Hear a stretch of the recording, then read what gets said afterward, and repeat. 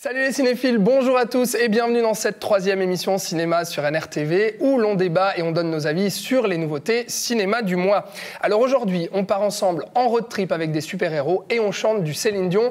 Tout un programme donc avec mes cinéphiles adorés que voilà. À ma droite, celui pour qui j'irai chercher son âme et son corps dans le froid, dans les flammes et je jetterai des sorts pour qu'il m'aime encore, Thibaut Ducret. Mais c'est beau, c'est la plus belle déclaration qu'on m'ait jamais faite. Merci, salut Alex. Salut Thibaut, qui travaille donc en tant que critique cinéma pour le Salon de Podcast et la Lanterne Magique. Alors les super-héros et Céline Dion, le crossover ultime pour toi. Alors ça, écoute, il y en a un que j'aime plus que l'autre, on verra lequel. Mais... Ok, on se réjouit de découvrir. Et à ma gauche, eh bien, je rêve son visage, je décline son corps et puis je l'imagine habitant mon décor, Patrick Dantan. Waouh. Salut Alex. Je fais plein de quel accueil, dis donc. Des déclarations sur du Céline Dion, c'est pas mal, non? Mais c'est très bien, c'est très bien. La grande forme, mon cher Patrick? La grande forme, ouais. Super, alors on rappelle que tu es programmateur pour les cinémas Capitole à Nyon et Rex à Aubonne. Tu nous donneras, comme tous les mois, l'agenda des sorties cinéma dans la région. Et messieurs, après le débat critique, vous donnerez, comme d'habitude, vos recommandations, vos coups de cœur. Mais place au menu donc de cette émission que voici. On vous parle aujourd'hui, vous l'aurez compris, donc de Aline, film grandement inspiré de la vie de Céline Dion, incarné et réalisé par Valérie Lemercier. Puis on passera à un tout autre registre avec Les Éternels, nouvelle production super-héroïque Marvel réalisée par l'oscarisée Chloé Zhao. Et on terminera ensuite par Cry Macho, un road trip en Amérique avec Clint Eastwood devant et derrière la caméra. Mais tout de suite, si vous êtes prêts, messieurs, place au premier film de ce débat, j'ai envie de vous dire. Avant de l'entendre chanter à Paléo 2023, Céline Dion fait l'actualité, puisque c'est son histoire que raconte librement Valérie Lemercier dans Aline, son nouveau film en tant que réalisatrice, où la comédienne incarne donc elle-même la superstar canadienne. Le film est attendu dans les salles le 10 novembre, bande-annonce. Faut qu'elle voie autre chose, qu'elle sorte de vos jupons. With Il faut pas se le cacher. Question d'audition, il y a quand même un petit trafic à effectuer. Je m'inventerai reine pour que tu Allô? me tiennes. Je me ferai nouvelle pour que le feu reprenne. Faut que tu guérisses. Je suis pas malade, maman. Je tombe en amour, puis je suis sûre que lui, c'est pareil. Vous n'avez pas compris que pour ma petite princesse, c'est un prince qu'il lui faut, pas un vieux pruneau bronzé qui a 3 fois son poids, 2 fois et demi son âge et qui est 2 fois divorcé. On va pas faire ce débat avec l'accent québécois parce que sinon ce serait un désastre. Mais donc, on va parler d'Aline. Alors si Valérie Lemercier a choisi d'appeler sa chanteuse Aline Dieu, c'est pour pouvoir se permettre davantage de liberté. Mais c'est bien quand même de la vie, vous l'aurez compris, de Céline Dion dont s'inspire Aline. Alors de ses débuts au Québec, au sein d'une famille nombreuse, à sa rencontre avec son manager et futur époux René Langélil. Leur relation, vous le verrez, sera d'ailleurs au cœur du film, jusqu'à sa percée en France avec les tubes signés Jean-Jacques Goldman, puis la percée internationale avec l'hymne de Titanic, ses shows à Las Vegas, bref, toute la vie de Céline Dion de A à Z. Et à part Valérie Lemercier, le casting est presque 100% québécois, avec notamment les excellents Sylvain Marcel en René et Daniel Fichot dans le rôle de la maman. Alors, des biopics musicaux, il y en a eu pas mal, et dans notre première émission notamment, on avait parlé de Respect sur Aretha Franklin. Thibaut, tu lui avais d'ailleurs reproché d'être une fiche Wikipédia qui manquait d'angles et de points de vue. Est-ce que c'est le cas d'Aline ? Non, alors on peut avoir la crainte d'une fiche Wikipédia parce que là on fait vraiment toute la vie de Céline Dion depuis son enfance jusqu'à maintenant, mais l'intérêt c'est que Valérie Lemercier en fait, comme tu l'as dit, elle applique en fait le même traitement qu'elle avait déjà appliqué à l'histoire de la princesse Diana quand elle avait réalisé Palais Royal, où on refait l'histoire mais c'est pas les mêmes personnages, enfin on change les noms et on se permet un peu plus de liberté que justement dans un biopic un peu plus traditionnel, et on retrouve dans ce film-là dès le départ le décalage de Valérie Lemercier, puisque en fait, elle joue Céline Dion déjà enfant. Donc, on a la tête de Valérie Lemercier sur un corps d'une fillette de 6 ans. Moi, j'avais l'impression de revoir ce sketch qu'elle avait fait avec Alain Chabat où il parodiait l'école des fans. Et donc, dès le départ, il y a quelque chose d'assez décalé et d'un peu plus absurde qu'on pourrait avoir dans un biopic classique.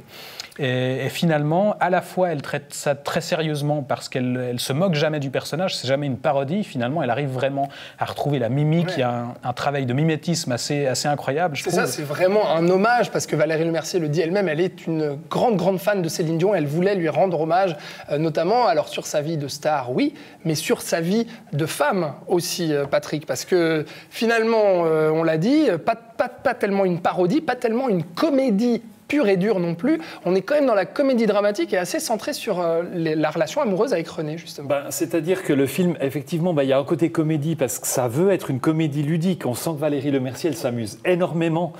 Elle a du plaisir à faire ce film, à inventer des choses, que ça soit des choses visuelles, des transitions cinématographiques, à augmenter une situation burlesque, enfin ce genre de choses-là. Elle se libère, elle est très libre, très légère d'une certaine manière dans la façon d'aborder ça. Mais en même temps, effectivement, il y a les éléments dramatiques de la vie de Céline Dion qui sont là. Et puis, je pense que l'émotion fonctionne aussi très très bien par rapport au film. Ouais, et puis voilà, donc mais c'est très bien à mon avis que ça soit librement inspiré. C'est librement inspiré, mais en même temps, je pense qu'il y a une documentation qui a été faite au niveau de la vie de Céline Dion. Il y a un soin par rapport à certains petits événements qu'on va rechercher, par rapport à certains détails dans la façon de rejouer Céline Dion, effectivement, de l'incarner. Et de reconstituer certaines photos, par exemple, qu'on connaît d'elle, des choses comme ça et tout. Donc je pense que c'est un film qui est à la fois léger et touchant, qui se veut une adaptation libre et ludique, mais qui est fait avec beaucoup de rigueur, beaucoup de sérieux, beaucoup d'amour peut-être pour Céline Dion aussi, et puis beaucoup de cinéma, parce que c'est vraiment très sympa au niveau cinématographique, très inventif et très cool. Ouais. Donc vous êtes d'accord, Thibaut, beaucoup de cinéma aussi beaucoup de cinéma, beaucoup d'humour aussi, parce qu'effectivement, il y a du vrai drame, elle prend au sérieux ses personnages et leur développement, mais c'est aussi très drôle. Il y a toute une scène, par exemple, où Céline Dion se perd dans sa maison gigantesque et on vire à l'absurde, où elle sait plus où la elle maison est, à 40 pièces, etc. Comme tu dis, il y a une vraie liberté et c'est vraiment très rafraîchissant dans le milieu du cocasserie aussi, quelque chose comme ça un peu qui est vraiment sympa, une fraîcheur qui fait du bien, quoi. Et à noter alors donc que Valérie Lemercier ne chante pas elle-même les chansons de Céline Dion. Par contre, alors j'ai appris en regardant une interview de Valérie Lemercier, que ce n'était pas des enregistrements de Céline Dion, mais que toutes les performances live que joue Valérie Lemercier sont chantées derrière par une chanteuse qui s'appelle Victoria Sio.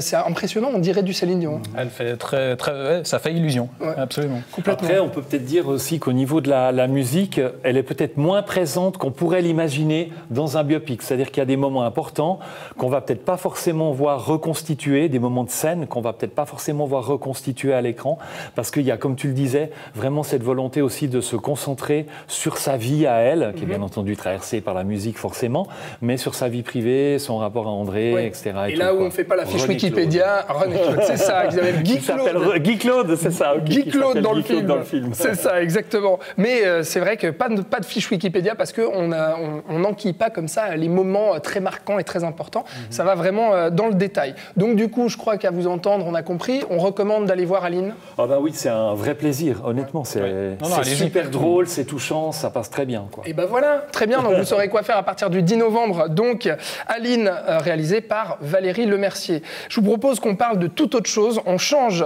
d'univers, plus adapté au t-shirt qu'on porte aujourd'hui, messieurs. Direction donc la galaxie avec la nouvelle production super-héroïque très attendue des studios Marvel. Ça s'appelle Les Éternels et c'est en salle depuis le 3 novembre. Alors exit les Iron Man, Captain America, Hulk ou Thor. Marvel tente de tourner la page et de se renouveler avec plein de nouveaux personnages dans Les Éternels. Bande annonce. We're Eternals. We came here 7,000 years ago to protect humans from the deviants.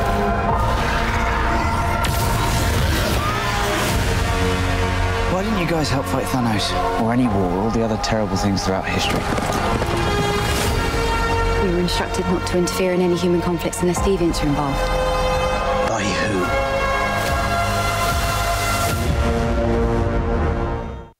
Alors voilà, j'ai envie de dire, on répète un peu ce qu'on connaît, des super-héros qui vont sauver ces pauvres humains et les protéger donc.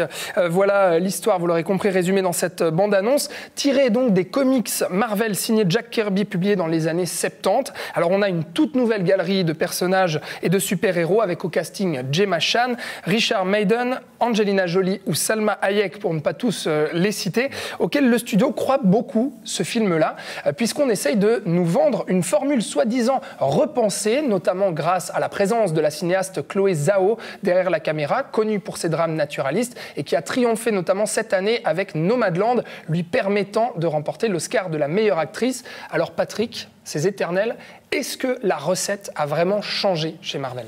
Alors je dirais que c'est un film Marvel qui est assez différent, oui, par rapport à ceux qu'on a vus d'habitude, qui sont très centrés sur l'action, sur la destruction spectaculaire et sur ce genre de choses-là. Là, on est vraiment dans autre chose, le rythme est plus lent, on parle beaucoup pour expliquer ce qu'on fait, ce qui se passe, ce qu'on découvre, etc. et tout. On est dans quelque chose de pénible, donc. C'était un peu long. Je me suis un peu ennuyé quand même pendant le film assez rapidement parce que, en fait, le problème, c'est que malgré ces tentatives d'engager justement une cinéaste qui est plutôt une cinéaste d'auteur, enfin, on va dire ce genre de choses-là, il y a toujours les mêmes tares qu'on trouve dans les films Marvel. Pour moi, les gros soucis, c'est le manque d'enjeu. On a de la peine à prendre eux-mêmes une situation au sérieux, à y mettre de l'ampleur, à y mettre de l'attention. Le manque d'attachement aux personnages qui sont très peu présentés, on a peu d'attachement pour eux. Et puis l'humour, quoi. L'humour toujours balourd, lourd, qu'on met au plein milieu d'une bataille ou d'une situation dramatique. On transforme un héros en gros bébé, ou bien on dit « Hey, j'ai pas tué ce méchant, mais le prochain, tu me le laisses ». Voilà, c'est ça, exactement. Et c'est vraiment dommage parce que le film, il a quand même une volonté déjà esthétique de filmer quelque chose de beaucoup plus sobre. Les plans sont plus longs. Enfin, on fait quelque chose de très soigné au niveau des paysages sur Terre, en tout cas, parce que dans la galaxie, quand on est dans la galaxie ailleurs que sur Terre, ça se gâte un petit peu au niveau esthétique. 2h37, Patrick, pour raconter quoi ? C'est long. Et tous les aspects, parce qu'il y a un aspect un peu philosophico, historico, écolo, spirituello, etc. dans le film. Et toutes ces volontés d'inclure ça, c'est une bonne chose. Mais ça passe pas parce qu'il faudrait un petit peu changer certains codes du Marvel Univers qui passent pas, quoi. Thibaut, qu'est-ce que tu penses de ce que vient de dire Patrick ? Il y a des codes qui passent plus ? J'en pense que je suis d'accord et que je suis même encore plus sévère. Enfin, ça fait quand même bientôt 15 ans maintenant que justement Marvel aplanit tout, domine la production hollywoodienne et l'aplanit justement. Enfin, on a vraiment un nivellement par le bas de l'imaginaire, de l'ambition artistique aussi, avec des films qui se ressemblent tous les uns des autres. Et alors du coup, à chaque fois qu'il y a un micro-truc qui change, on peut faire passer ça pour une révolution et c'est ce qu'ils veulent encore nous faire croire avec ces éternels. Alors oui, non, c'est le même film. On a un film effectivement qui filme un peu plus en décor naturel. Ça, c'est ce qu'on a beaucoup mis en avant. Mais évidemment qu'il y a toujours énormément de fond vert et de numérique. C'est un film qui est aussi un poil plus creusé au niveau de la direction artistique. Il y a un peu plus de couleurs que d'habitude. Mais pour le reste, effectivement, ça reste exactement la même formule, les mêmes enjeux, les mêmes. Dans le montage de l'action aussi, c'est quand même très très plat et puis très générique. Ça reste le même modèle avec effectivement toujours ces mêmes blagues de bac à sable pour dédramatiser le moindre moment de drame parce qu'il ne faudrait surtout pas que le spectateur soit un peu trop chamboulé. Et avec, je pense, un des pires scénarios du MCU. Enfin, moi, je trouve extrêmement laborieux dans l'écriture parce qu'effectivement, on nous explique qu'en fait, il y a ces super-héros qui sont là depuis l'aube de l'humanité et qu'ils ont toujours été là. Et du coup, on nous raconte ça à travers des flashbacks à rallonge qui reviennent constamment pour nous montrer qu'ils étaient leur Mésopotamie. Qui arrivent en plus de manière assez abrupte, les flashbacks, souvent, tout d'un coup, pouf, on est... Tout d'un coup, il faut insérer une toute nouvelle mythologie au chausse-pied dans l'univers qu'on a construit depuis bientôt 15 ans. Et c'est là qu'on commence à voir quand même les limites de ce plan-là. T'es d'accord quand même que le film, il essaye de mettre un fond un peu philosophique, de faire réfléchir à certaines thématiques ou ce genre de choses-là. Le problème, Patrick, c'est que les personnages, ils ne sont pas écrits. Et c'est ça le souci, c'est qu'ils ne sont pas écrits et pas caractérisés. Effectivement, c'est-à-dire qu'après, toute cette volonté de mettre des choses, des lignes qui pourraient être intéressantes, qui pourraient être des questions thématiques intéressantes, qui donneraient, on va dire, un petit peu plus d'intelligence, c'est un peu méchant de dire ça, mais à certains films Marvel parfois, là, c'est un peu nivelé parce que ça n'arrive pas à aboutir au sein de cet univers-là. Ouais. Et je pense qu'on va passer rapidement sur ce casting avec une Angelina Jolie qui n'y croit jamais et une Salma Hayek qui est de plus en plus mauvaise. C'est problématique quand même tout ça. Oui. Puis moi, il y a des acteurs que j'aime bien dans le lot. Il y a Kumail Nanjiani, cet acteur indien qui est un acteur de comédie qui est vraiment chouette. Qui est là pour faire les blagues. Qu'on fait jouer justement un personnage caricatural au possible et ils sont tous insupportables parce que ça doit tous être des blagueurs justement. Il ne peut pas y avoir de vrais personnages. Et puis il est là aussi pour donner le côté Bollywood parce qu'est-ce qu'on parle du côté international, inclusif, du casting, etc., au forceps, etc. Ça aussi, à un bout d'un moment, c'est un peu lourd, quoi. Il y a des gens de partout, du monde entier, pour satisfaire le... On sent que c'est vraiment quelque chose qui s'inscrit d'une manière mercantile pour... on a l'impression, en tout cas, pour satisfaire le maximum de marché et il y a même le premier couple homosexuel chez Marvel aussi, qui a fait beaucoup parler, homoparental en plus. Ouais. Mais c'est vrai qu'on peut se dire pourquoi pas, mais là, comme tu dis, ça sent l'affaire mercantile. Cas, et puis j'ai de la peine à le voir autrement, quoi. Et les personnages ne sont pas écrits comme on l'a dit. Est-ce qu'on sauve quelque chose de ces Éternels à part la direction artistique, messieurs ? On va dire qu'on sauve la direction artistique et une volonté de mettre un peu de profondeur là-dedans. Donc allez-y, continuez, mais changez un peu les codes, quoi. Bon, alors, est-ce qu'on y va ou pas au cinéma, Patrick ? Si on aime le Marvel univers, voilà. Rien n'a changé. Donc ceux qui aiment aimeront, ceux qui n'aiment pas resteront à l'extérieur. Moi, de toute façon, je pense que notre avis n'a aucune importance et les gens iront de toute façon. Moi, je vois pas en quoi ce film révolutionne la formule et du coup, c'est la même rengaine à chaque coup, quoi. C'est toujours la même formule qui se répète, mais les gens continuent de s'en satisfaire. Donc, voilà. Bis repetita donc pour Les Éternels, dernière production Marvel signée Chloé Zhao, qui est en salle déjà, donc je le rappelle, depuis le 3 novembre. On va terminer ce débat critique avec Cry Macho, prévu dans les salles pour le 10 novembre. Alors, 3 ans après La Mule, Clint Eastwood, 91 ans quand même, revient à nouveau devant et derrière la caméra. Bande-annonce. You owe me, Mike. You gave me your word. And that used to mean something. My son, Raphael, he's in trouble. I want to get him out of Mexico. You want me to go down there and kidnap him? Please, just get him back up here. Just you? Just me. Hey, Rafa, you can come out now. I'm a friend of the family. Touch me and I'll kick your ass, old man. Jesus Christ.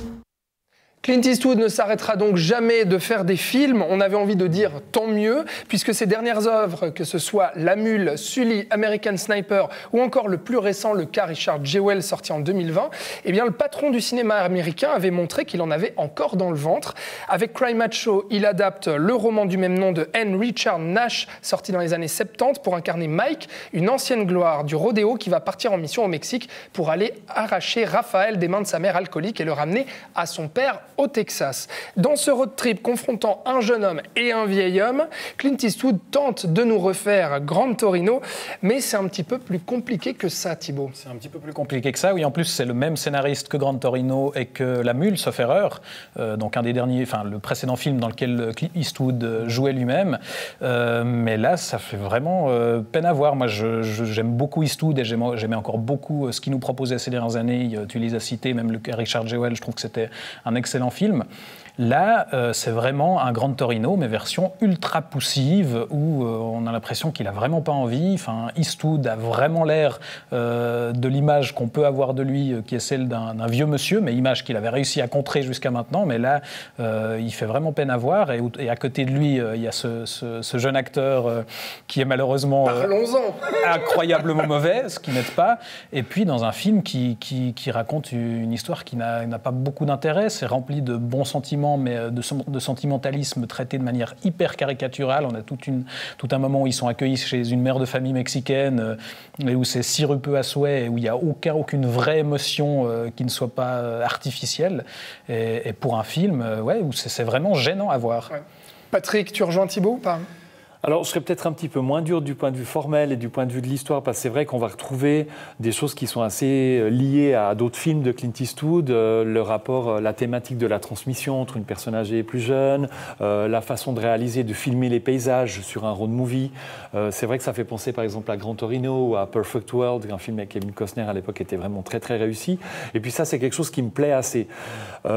Simplement, le film ne va pas aussi loin, on n'arrive pas de nouveau à aboutir ce qu'il voudrait faire pour quelque chose qui m'attriste terriblement. C'est-à-dire que j'ai énormément de respect pour Clint Eastwood. C'est un des réalisateurs qui m'a le plus touché dans ma vie de cinéphile, qui m'a accompagné tout du long.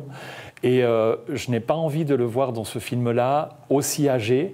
Il y a des problèmes de crédibilité qui entrent en ligne de compte dans des scènes de bagarre ou dans des scènes de séduction par rapport à des personnages féminins qui deviennent très embarrassants. Et moi, je ne veux pas voir Clint Eastwood dans ce film-là. Et comme ça, c'est quelqu'un que je respecte profondément librement, comme je l'ai dit, mais ça m'attriste terriblement de le voir comme ça. Qu'est-ce qui s'est passé finalement? Est-ce qu'il aura fallu attendre ses 91 ans pour qu'on se dise ah, il est peut-être sénile, ça y est?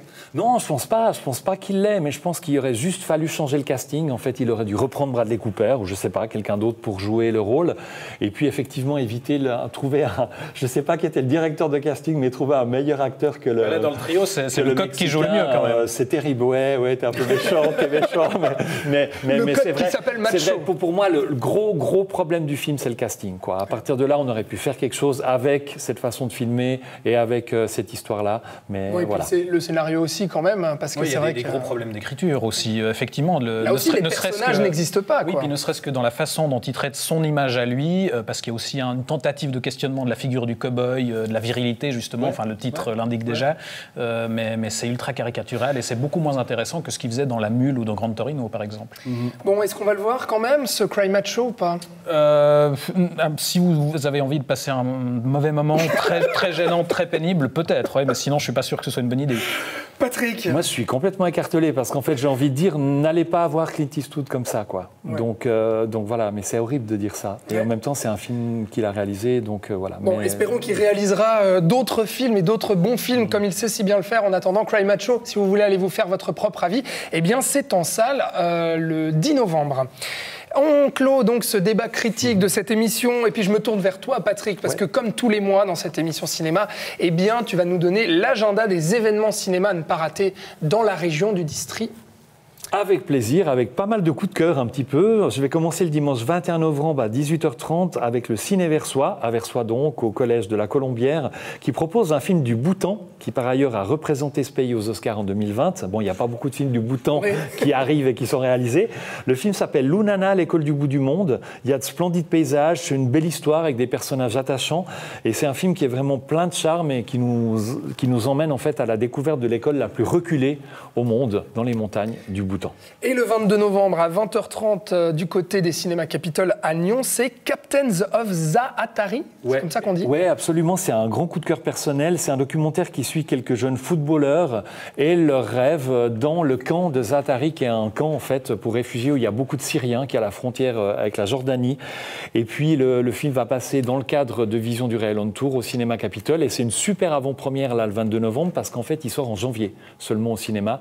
Allez-y et profitez d'aller le découvrir. Ça, c'est noté. Pour les plus petits, toujours à Nyon, La Petite Lanterne, c'est ce samedi 27 novembre. Oui, parce qu'on connaît en fait la grande lanterne, la lanterne magique, mais on ne connaît pas forcément la petite lanterne. C'est en fait des projections qui sont accompagnées d'animations pour sensibiliser les enfants au cinéma à partir de 4 à 6 ans, on va conseiller à peu près. Et cette première fois, ça sera une séquence qui aura pour thème les spectateurs et les spectatrices au cinéma. Et on termine par les courts-métrages de la région, à voir donc le 7 décembre à 20h30 au Cinéma Rex à Aubonne. Oui, c'est une séance un petit peu particulière. Il y a 6 courts-métrages qui sont au programme. Ils ont été tournés par des étudiants de l'ECAL et ils ont été tournés entre Lausanne, la Vallée de Joux et la Côte. Donc c'est vraiment des courts-métrages de la région, comme le titre l'indique. Donc je pense que ça sera une soirée assez unique. Les jeunes réalisateurs seront là pour échanger avec le public. Donc ça va être une soirée unique où on va découvrir des films qu'on ne voit pas souvent par la relève, on va dire, du cinéma roman, on l'espère. Merci Patrick. Donc plein d'autres films à voir donc ce mois-ci, en plus des films donc de notre débat critique. Et puis d'autres films encore à voir, parce que oui, on est boulimique ici dans cette émission. On vous donne des coups de cœur. Enfin, Thibaut commence avec son coup de cœur, c'est Last Night in Soho, signé Edgar Wright, qui est en salle un peu partout en Suisse romande depuis le 27 octobre. Oui, c'est le nouveau film effectivement d'Edgar Wright, cinéaste anglais qu'on connaissait pour la trilogie Cornetto et dernièrement pour Baby Driver, et qui a toujours été un cinéaste qui travaille beaucoup la musicalité du montage. On le voyait justement très bien dans Baby Driver où il mélangeait un peu la comédie musicale et le film d'action. Là, il reprend un peu le même principe, sauf que c'est la comédie musicale mélangée au thriller un peu fantastique, avec une histoire d'une jeune étudiante qui vient de la campagne et qui arrive à Londres pour percer dans la mode et qui se retrouve tout d'un coup projetée dans l'esprit d'une jeune fille des années 60. Donc elle va découvrir le Londres des années 60 qu'elle fantasme un petit peu, puis elle va un peu se confronter à l'envers du décor et à l'aspect un peu plus sombre. Et c'est un film, il y a des soucis d'écriture, mais moi c'est, je pense, l'expérience de cinéma l'une des plus stimulantes que j'ai eues cette année. C'est un bijou. Carrément. Ouais, non, mais c'est une mise en scène assez incroyable, vraiment électrisante, où là aussi on retrouve cette musicalité du montage de Wright qui est assez incroyable. Patrick, tu l'as vu ou pas? Pas encore? Non, pas vu encore. Bon, ça te donne envie, j'imagine, avec les dithyrambies de Thibaut. Oui. Bon, tu vas nous conseiller alors un film qui n'est pas à voir en salle, mais à voir chez soi, mais qui est en lien avec notre émission. Quel est-il? Oui, c'est The Rider de Chloé Zhao, la réalisatrice donc, des Éternels, parce qu'il faut savoir qu'avant cette grosse production, c'est plutôt une réalisatrice, comme tu disais, qui faisait du cinéma d'auteur, intimiste, enfin, dans des grands paysages, mais voilà, sur un autre genre. Et en fait, elle a réalisé 3 films avant, dont The Rider, qui est sa 2e réalisation. On va partir pour un des endroits qu'elle privilégie au niveau où elle aime filmer, c'est les réserves indiennes du Dakota, aux États-Unis. Et on va suivre un jeune garçon qui est cow-boy et qui fait du rodéo de manière professionnelle. Quand on le découvre, en fait, il ne peut plus faire ça suite à un accident. Donc sa vie va être remise en question et il va devoir trouver un nouveau sens à sa vie dans un milieu social qui est assez difficile aussi. Et ce qui est fort, en fait, dans le travail de Chloé Zhao, c'est qu'elle prend des vraies personnes avec des vraies histoires qu'elle va adapter au cinéma, elle va leur faire jouer leur propre histoire. Donc c'est une démarche aussi qui amène quelque chose de très bouleversant et de très touchant au film. Et, il faut quand même le dire, il y a parmi les images les plus belles que j'ai vues au cinéma ces 10 dernières années. Donc les paysages sont splendides, c'est aussi une des pattes, une façon de faire de Chloé Zhao. Donc voilà. Thibaut, tu as vu The Rider? J'approuve, très beau drame. Voilà, donc c'est noté, disponible en DVD, Blu-ray et puis sur certaines plateformes. Oui, dont cinéphile.ch, plateforme locale, si vous voulez rester locaux dans votre consommation de films. Voilà. Et bien parfait, donc c'est noté pour toutes ces recommandations. Merci beaucoup, messieurs. Alors, vous vous souvenez, le mois dernier, on parlait de James Bond et de Schumacher notamment. On a demandé votre avis à vous qui nous regardez pour vous filmer avec votre téléphone portable et nous envoyer ça en vidéo. Vous nous avez envoyé quelques petites vidéos et réactions par rapport aux critiques de nos cinéphiles. Eh bien, je vous propose de regarder ça tout de suite. Salut NRTV, alors encore une fois je vous rejoins sur vos critiques cinéma. Le dernier James Bond est vraiment excellent selon moi. J'en avais pas vu un aussi bon depuis Casino Royale, donc ça datait quand même d'il y a presque 20 ans. Hello, je voudrais juste revenir sur le documentaire de Michael Schumacher, qui pour moi franchement j'ai eu l'occasion de le voir et j'ai trouvé ça vraiment sympa. À la base je suis pas un grand fan de Formule 1 et je pense que pour ceux qui le sont, ils vont peut-être pas découvrir quelque chose de nouveau. Mais en tout cas, il était intéressant de découvrir les débuts jusqu'à la fin où franchement, c'était le meilleur. Et quant à l'écriture plus intimiste du personnage de Bond, je la trouve très très juste et très intéressante dans ce volume qui vient clore l'ère Daniel Craig.